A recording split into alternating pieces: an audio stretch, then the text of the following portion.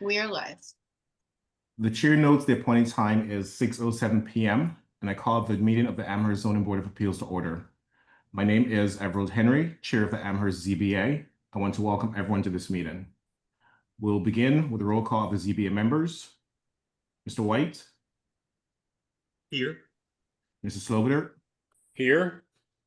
Mr. Meadows. Present. Mr. Offeld. Here. A quorum is present.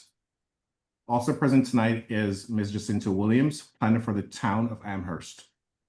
Pursuant to Chapter 2 of the Acts of 2025, extended through June 30th of 2027, the ability of public bodies to meet in fully remote or hybrid manner, this meeting shall be conducted via remote means. Members of the public who wish to access the meeting may do so via Zoom or by telephone.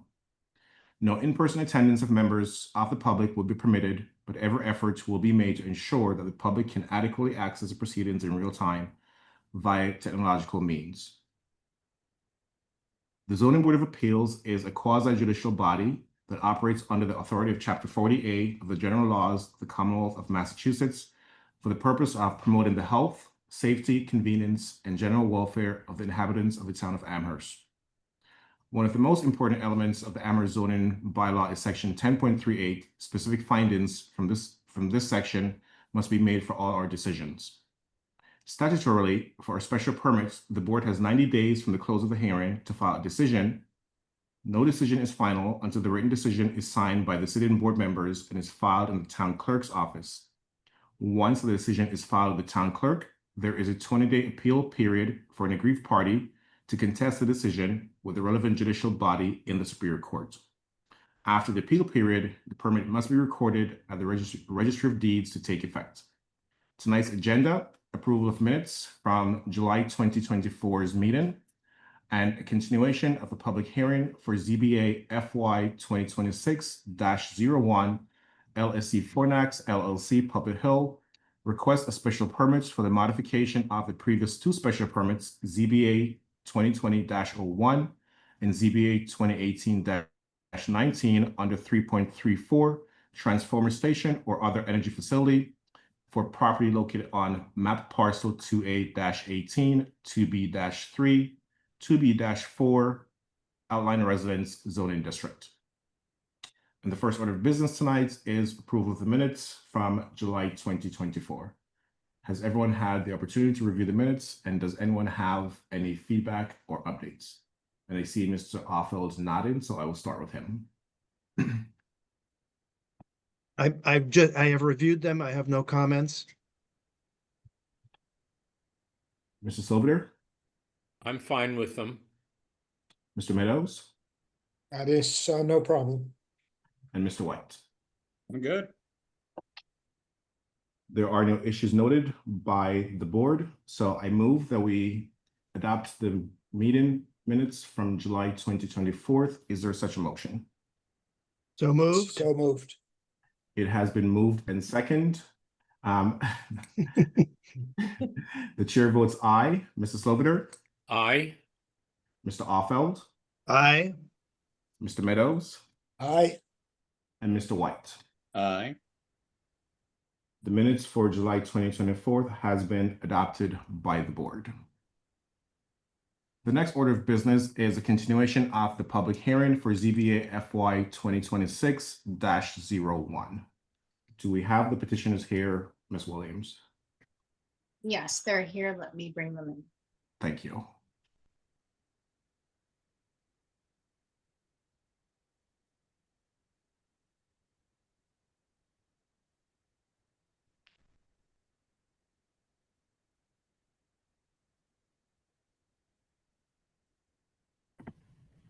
We have Sam Balone and Timothy Kuhn. Ms. Vallone and Ms. Kuhn, welcome back. Thank you for having us again. So from our last meeting, I believe we were in a public meeting and we continue to a date certain to today to give the town staff an opportunity to provide any feedback pursuant to the guidelines. And I believe there were no feedback provided by anyone. Is that right, Ms. Williams? That is correct, Mr. Chair. And there was a request also made, and this was in reference to a question by Mr. Offeld in terms of the noise recommendation. And I do believe that there was a submission on July 25th, which was labeled MP2XL System Specification, version 1.3, dated May 31st, 2024. Deferring to Mr. Offeld, do you have any questions in reference to that submission for the applicants? I thank the applicants for providing that additional information, and it answered all my questions, so all set on that issue. Thank you, Mr. Offeld. Does any other members of the board have any questions in reference to that submission or any of the previous submissions that were made?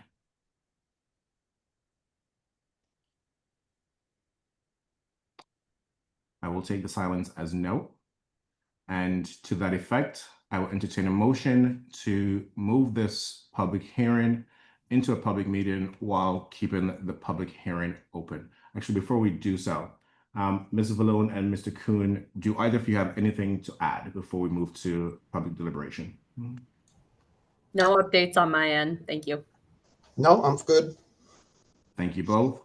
So I will entertain a motion to move this public hearing into a public meeting while keeping the public hearing. Is there such a motion? So moved. So moved.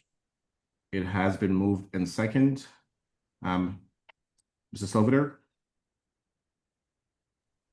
Aye. Mr. Meadows, Aye. Mr. White, Aye. Mr. Offeld, Aye. and the chair votes aye. We are now in the public meeting of ZBA FY 2026-01 LLC Fornax LLC Pulpit Hill.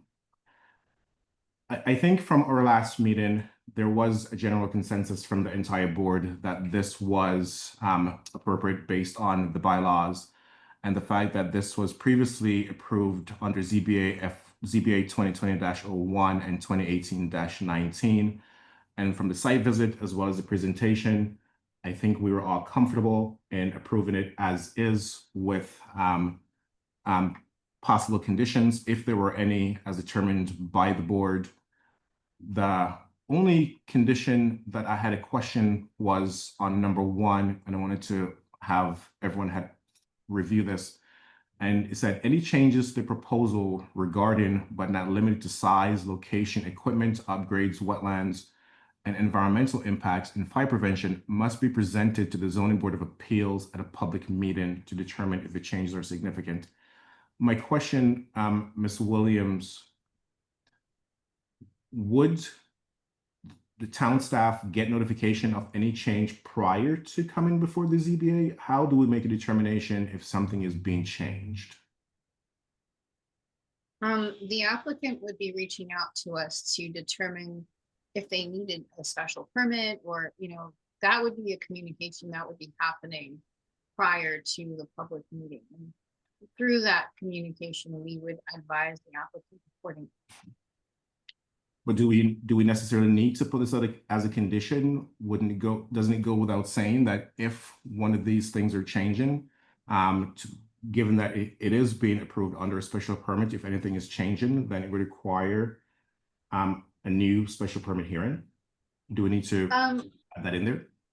It is necessary just because it creates that, how should I say, it allows the applicant to know that this is required, right? And it's generally boilerplate language that is found in other ZBA applications when we have a special permit of this power.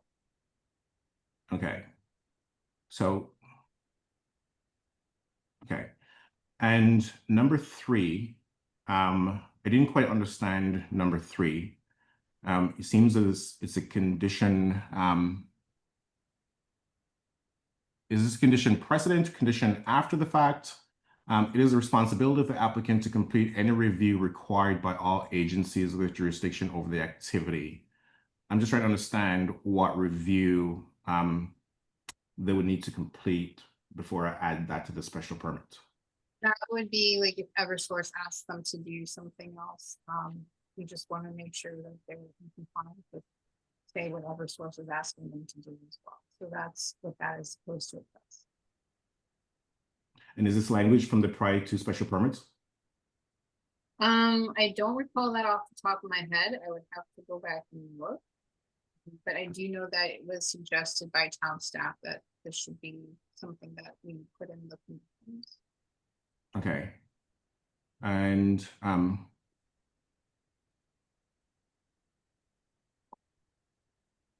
I think those were my questions in terms of those two conditions.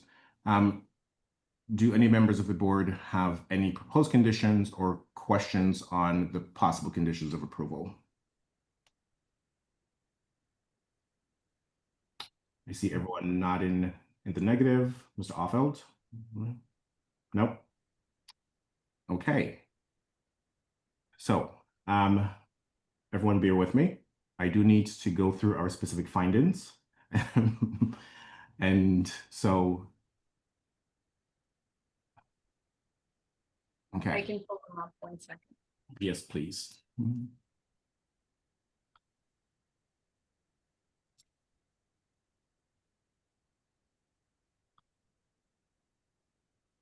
Where would you like to start?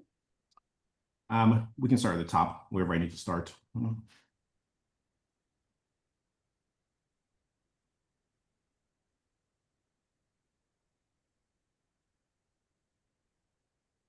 Okay.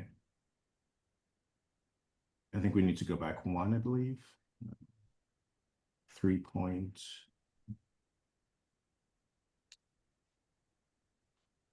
The board, under section 10.3 of the zoning bylaw, makes specific findings for our special permits.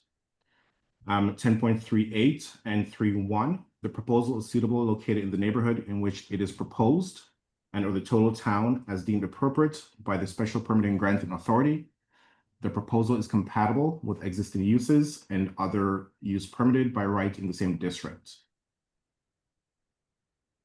The proposed updates appear to not negatively impact the neighborhood, and the solar array project was approved with the granting of the FY 28-19 special permit. Adjustments to a solar panel layout, installation of additional equipment pads, extension of gravel road with gate to town property, and designated minimum frontage requirements located off Montague Road were approved with the granting of 2020-01 special permit. 10.38, 3.35, and 10.387. The proposal would not constitute a nuisance due to air and water pollution, flood, noise, odor, dust, vibration, lights, or visually offensive structures or site features. The proposal would not be a substantial inconvenience or hazard to abutters, vehicles, or pedestrians. The proposal reasonably protects the adjoining premises against detrimental or offensive uses on the site, including air and water pollution, flood, noise, odor, dust, vibration, lights, or visually offensive structures or site features. The proposal provides convenient and safe vehicular pedestrian movement within the site and in relation to adjacent streets, property, or improvements.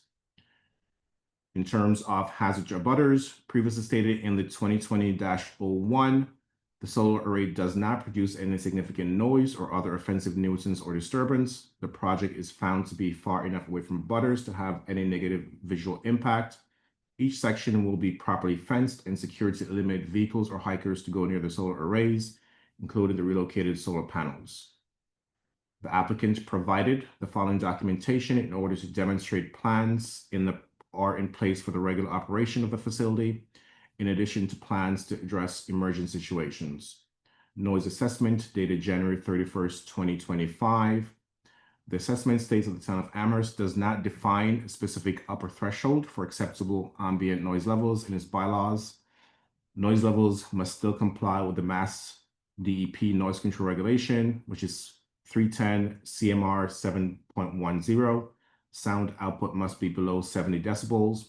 The applicant has applied a 5 dBA penalty in order to conservatively evaluate the potential for tonal noise from the facility, resulting in the following conclusion: sound output must be below 65 dBA at the nearest property lines and residences. The report further concludes that the audibility of the best when it is generating its greatest sound output is 52.5 dBA at the nearest residence and 64.5 dBA at the property, which means the applicant meets the requirements of Mass DEP's noise control regulation.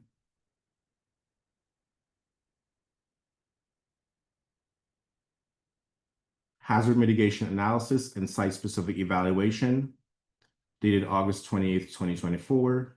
This document bears the stamped approval of professional engineer Stephen and Michael Venditti.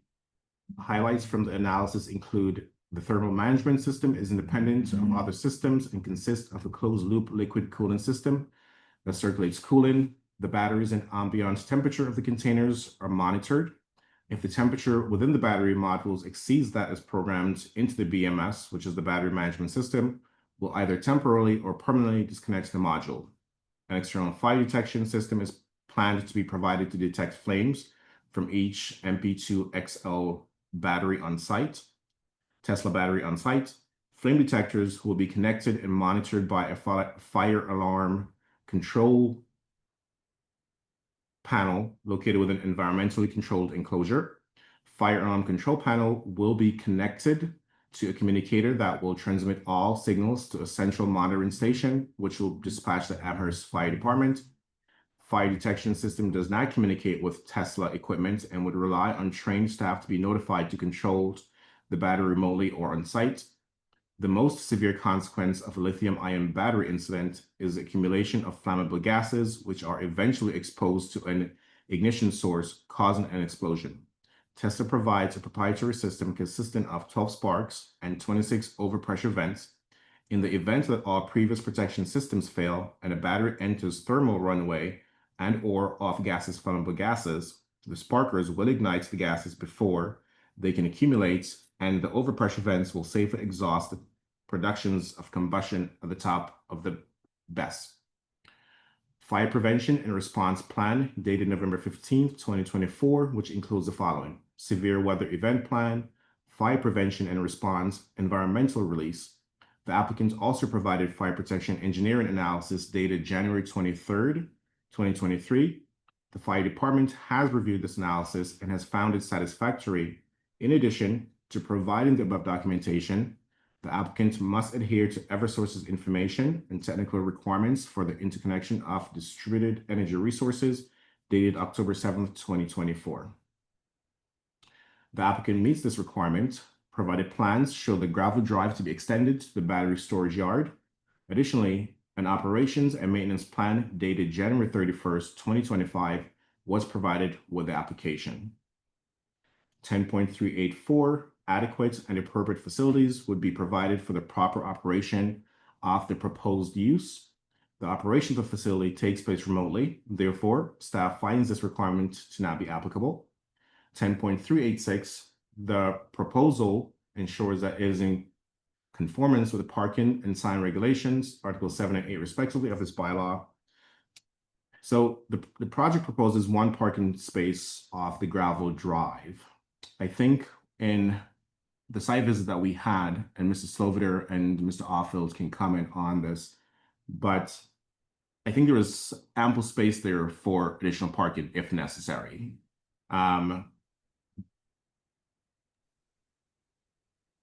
Does anyone have a feeling about this provision, Mr. Offield? I agree. I don't think any signage is needed. It's not obviously it's not a traffic area, and there's plenty of space. Yeah. Mrs. Slover, do you feel the same way, having been on the site visit with us?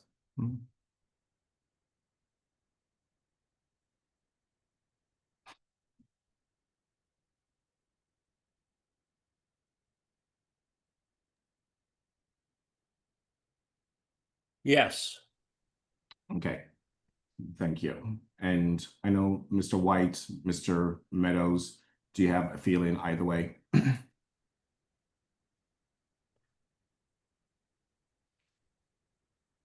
Okay.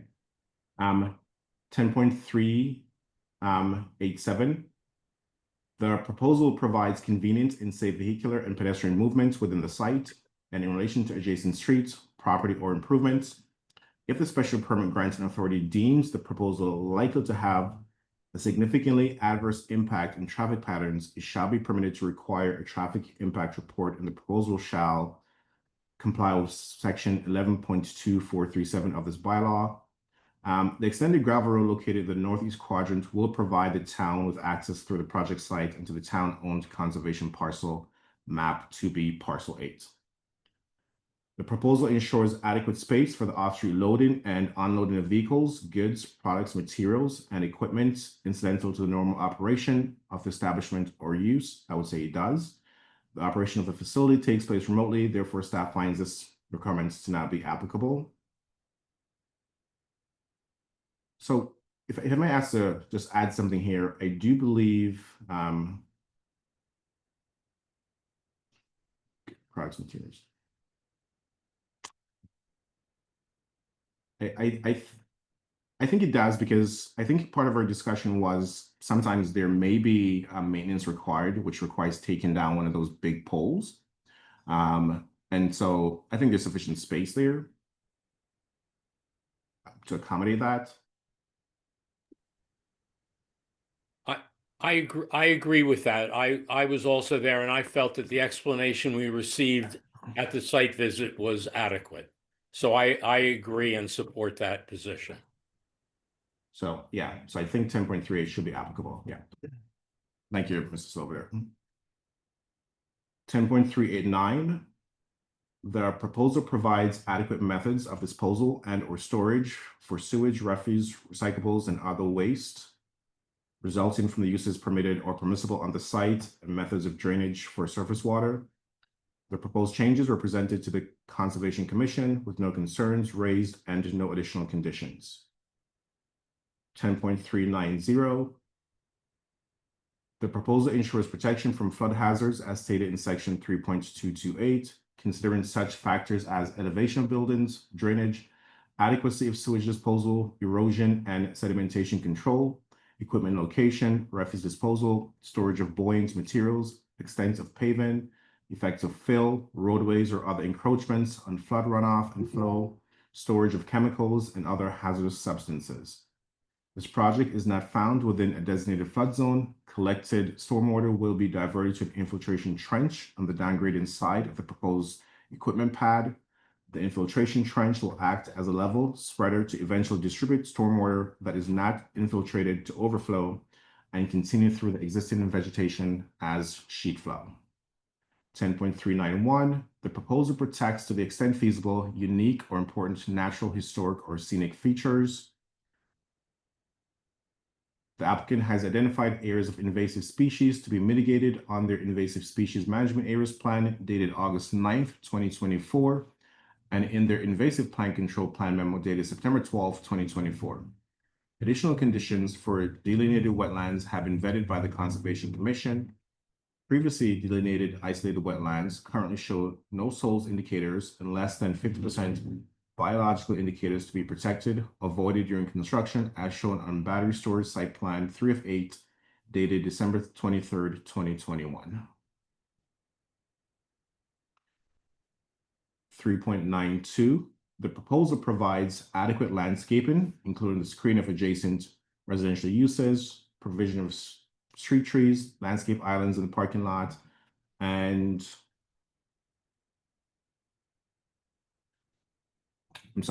a landscape buffer along the street frontage. When a non-residential use adjoins a residential district, an uninterrupted vegetative buffer shall, to the extent feasible, be established and maintained between buildings associated with uses under this section and the nearest residential property boundaries. Where natural undisturbed vegetation already exists on site prior to site preparation and clearing, the majority of that vegetation may be retained and included as part of the buffer, along with the addition of such new plantings, selective removals, and other management of site plantings as are determined to be necessary to maintaining an effective year-round visual screen. The proposed battery storage site plan 4 of 8, dated June 14th, 2022, shows the following measures have or will be taken regarding the landscaping: 6-inch thick crushed stone based on weed control fabric within fenced area. Disturbed areas to receive a minimum 6-inch topsoil in addition to being seeded with New England Conservation Wildlife seed mix. Included in the application is a landscaping management contract between Lodestar Energy and Bill's Landscaping LLC, dated May 28th, 2024. 10.393, the proposal provides protection of adjacent properties by minimizing the intrusion of lighting, including parking lot and exterior lighting, through use of cutoff luminaries, light shields, lowered height of light poles, screening, or similar solutions.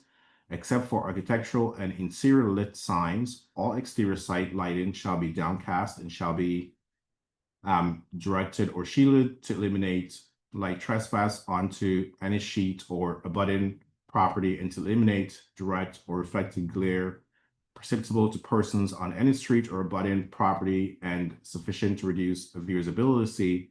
All site lighting, including architectural sign and parking lot sign, shall be kept extinguishable outside of those business hours established under any approved site management plan, except for lighting determined to be necessary for site security and the safety of employees and visitors, and no lighting is proposed for the site.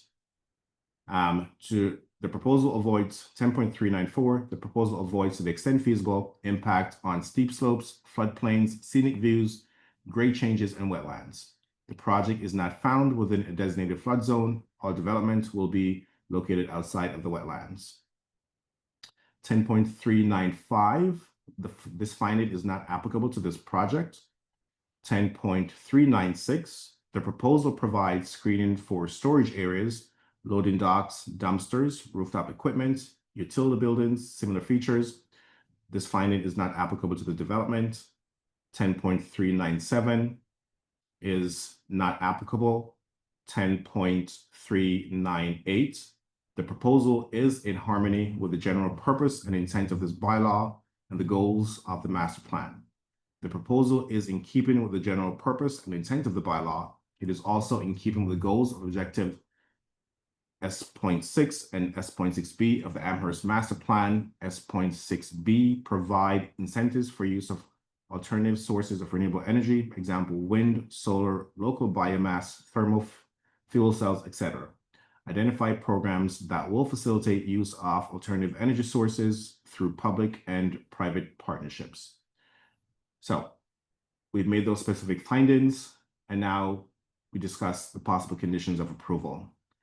I asked my questions on the conditions. I do not believe the board as a whole has any conditions they want to propose and or add. And I think everyone was okay with these 5 conditions. If anyone has anything they want to add or change, just let me know. But in proposed conditions, condition 1, any changes to the proposal regarding but not limited to size, location, equipment, upgrades, wetlands, and environmental impacts and fire prevention must be presented to the ZBA at a public meeting to determine if the changes are significant. If the changes are deemed significant, the applicant must submit an application for a special permit in order to move forward.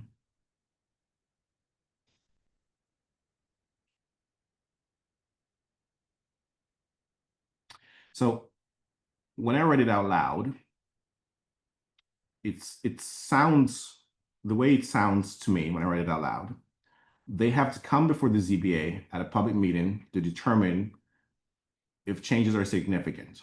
And if we make a determination that the changes are significant, then the applicant has to go back and submit an application for a special permit to move forward.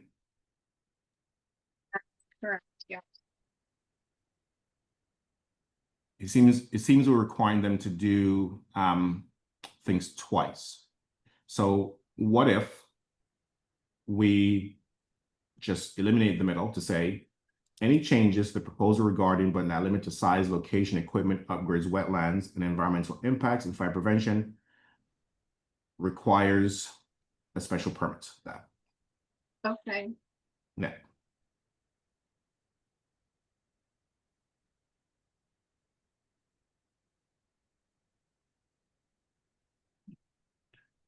Does that make sense to everyone? Does everyone agree with that? Because it seems as if we were required to have a meeting first and then tell them, go apply for a special permit. Is that how everyone read that? I'm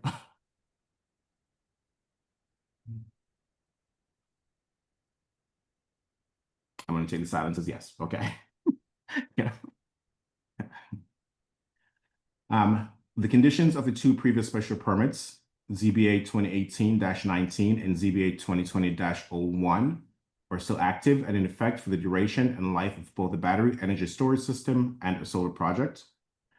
It is the responsibility, condition 3, it is the responsibility of the applicants to complete any review required by all agencies with jurisdiction over the activity and to procure, follow, and meet all requirements of said agencies' permits or approvals.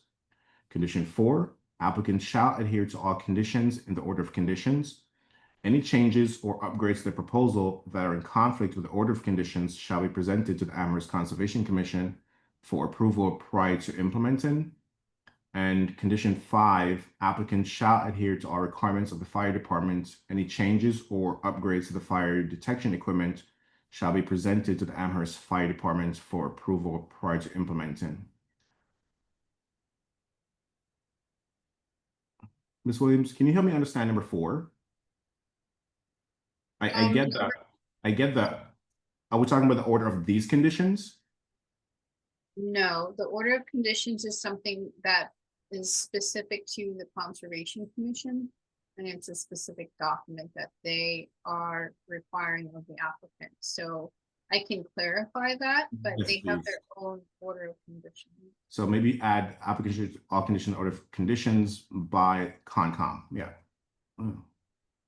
Mm. Mm. Okay, that is a little bit more clear. I know I understand. Okay.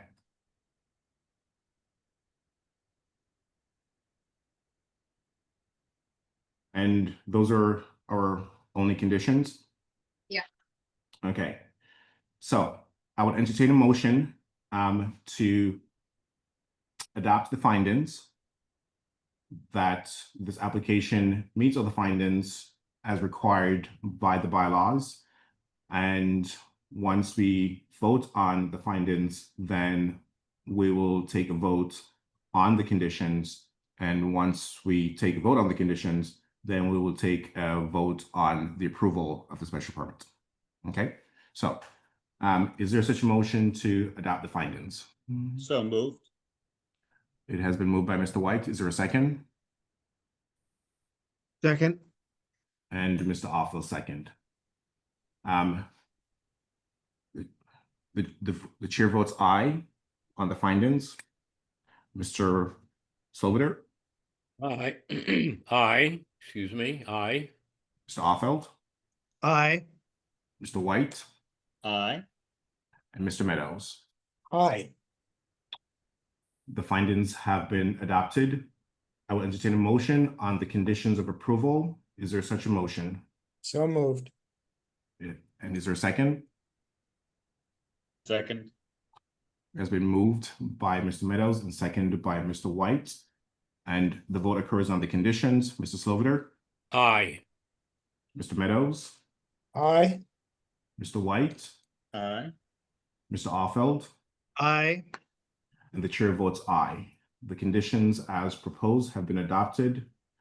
I will now entertain a motion to approve ZBA 2026-01 Pulpit Hill. I'm sorry, LSC Fortex LLC Pulpit Hill. Is there such a motion? So moved. Is there a second? Second, It has been moved by Mr. Meadows and seconded by Mr. Offeld. And the vote occurs on the approval of the petition. Mr. Sloviter, Aye. Mr. Meadows, Aye.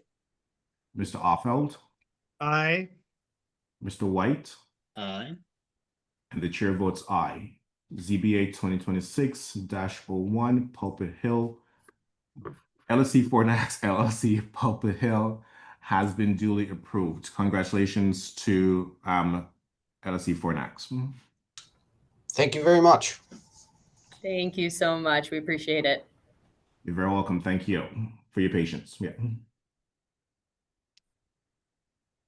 Next matter of business is general public comments for any matters not before the ZBA tonight. Ms. Williams, do we have anyone here? She disappeared. Yeah. No, we don't have anyone Yeah. from I the didn't think public. I didn't think we did either. Okay, so I know we have one applicant for the 28th for Station Road. What does our calendar look like? Or do we even have a calendar yet? We did have a calendar. We always have a calendar. But is there anything on said calendar? Yeah. All right, Oh, so there is. we're actually here.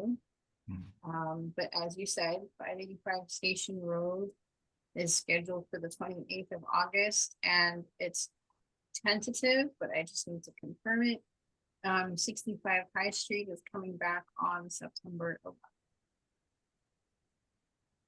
Just to make everyone aware, I will not be able to make the 28th meeting because I will be driving back to Massachusetts. So Okay, so So we'll point, find, Mr. White. So from the members that are here, and with the exception of Mr. White, are we all available on the 28th? Mr. Yes, Offel- I'm available. Mr. Offel says yes, I am available. Mr. Meadows? I believe so. Okay. So we just need to fill Mr. White's slot. Mhm. And should we, what is 65 High Street? well, you know, the one that came through earlier this summer. They wanted to provide lots of color about their application regarding whether or not it was going to be non-owner occupied, but now they're coming back under section 3.3241 for converted dwelling instead. Wait, well, I'm sorry, I missed the last thing you said. They're coming back for what? Under there, so they're coming back under a different section of the bylaw. Instead of trying to come back as a non-owner occupied duplex, they're now reapplying as a converted dwelling with the intention of adding a bedroom to one of the dwelling units. Okay. That one sounds fun. Yeah.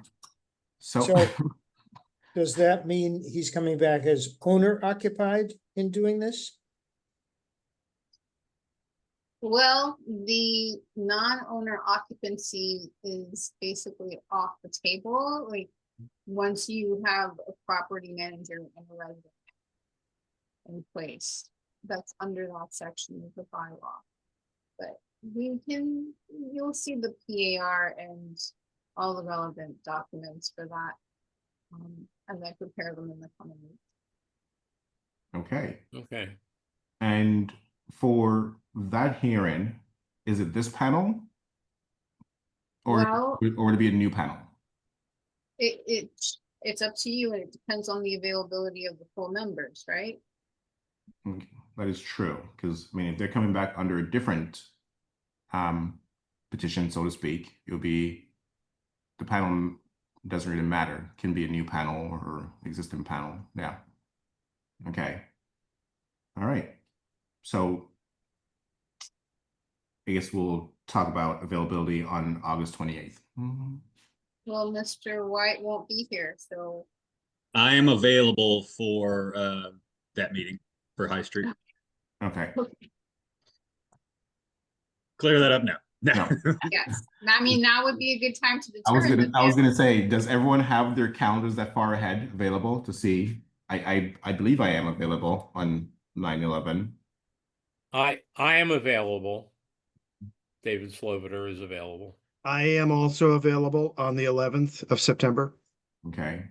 I am also. All right, so we have a full panel.